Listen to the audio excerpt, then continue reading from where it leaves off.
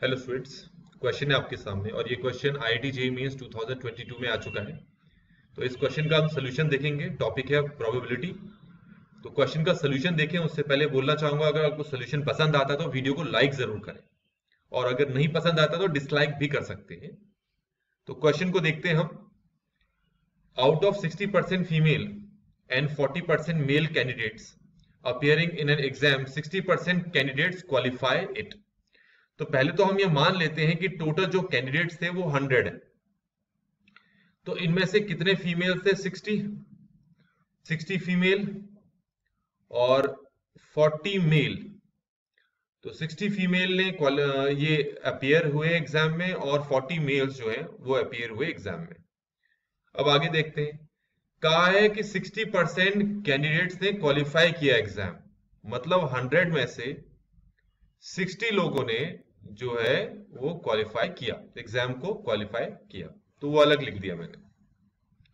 अब इसमें कहा है कि नंबर ऑफ फीमेल्स जिन्होंने क्वालिफाई किया exam is twice the number of males qualifying it. तो लेट करते हैं number of males who qualifying the exam वो है x। तो फीमेल जिन्होंने एग्जाम को क्वालिफाई किया है तो वो मेल्स का ट्वाइस है, तो ये 2x हो गया। तो टोटल जो कैंडिडेट्स हैं जिन्होंने एग्जाम को क्वालिफाई किया वो है 2x प्लस x, जो कि हमारे हिसाब से 3x है। तो 3x है टोटल नंबर ऑफ कैंडिडेट्स जिन्होंने एग्जाम को क्वालिफाई किया। और क्वेश्चन में उनकी तादाद कितनी लिखी है? 60%, मतलब कि 60। तो ये जो 3x है ये 60 के इक्वल होगा। सॉल्व करेंगे तो x की वैल्यू 20 आ रही है यहां से।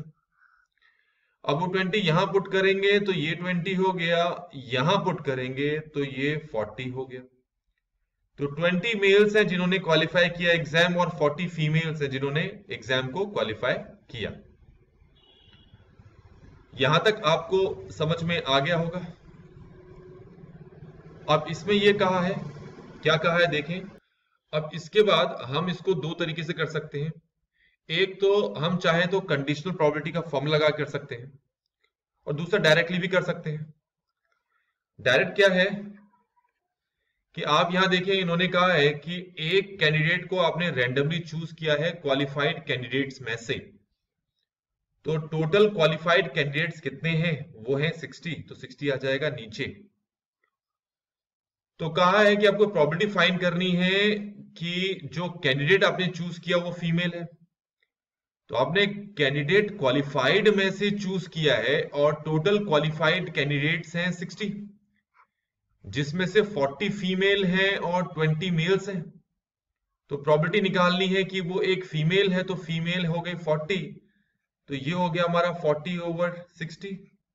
सॉल्व करेंगे तो ये 2/3 आ गया। एक इस तरीके से कर सकते हैं, एक हम कंडीशनल प्रोबेबिलिटी को लगा कर सकते हैं। तो E और F दो इवेंट ले लेते हैं और हमें फाइंड आउट करना है probability of E when F has been already occurred. F मतलब गिवन। F का मतलब यहां पर है कि जो कैंडिडेट आपने जो कैंडिडेट चूज किया वो क्वालिफाइड कैंडिडेट्स है। तो F है event that the candidate is selected from the qualified candidates. तो टोटल हमारे पास जो क्वालिफाइड कैंडिडेट्स हैं वो हैं 60, जिसमें से 40 फीमेल है और 20 क्या है? मेल्स हो गए, जो कि टोटल 60 ही है। E का मतलब जिसकी हमें प्रोबेबिलिटी फाइंड करनी है, और यहां पर प्रोबेबिलिटी फाइंड करनी है कि जो कैंडिडेट हमने चूज किया वो फीमेल है। और फीमेल तो वैसे तो टोटल 60 है, जिसमें से 40 फीमेल ऐसे हैं जिन्होंने क्वालिफाई किया और जो 20 फीमेल है जिन्होंने क्वालिफाई नहीं किया। तो अगर हम कंडीशनल प्रोबेबिलिटी का फॉर्मूला देखें तो ये फॉर्मूला कुछ इस तरीके से लगने वाला है, यही होगा। इसका मतलब है E और F में जो कॉमन है, इसको ऐसे भी लिख सकते हैं, number of elements of E intersection F over number of elements in F। E intersection F मतलब इन दोनों में जो कॉमन है, यहां पर भी 40 फीमेल जिन्होंने क्वालिफाई किया, यहां पर भी 40 फीमेल जिन्होंने क्वालिफाई किया, तो ऊपर तो 40 आ गया। NF हमारे पास क्या है? NF है टोटल कैंडिडेट्स। टोटल ये NF है, टोटल क्वालिफाइड कैंडिडेट्स है ना, कहां पर है, ये रहा, ये नहीं है, ये है ना, तो ये नीचे 60 आ जाएगा, सॉल्व करोगे तो 2/3 आ रहा है। तो इस तरीके से भी कर सकते थे हम, इस तरीके से ये इस क्वेश्चन का कंप्लीट सोल्यूशन है।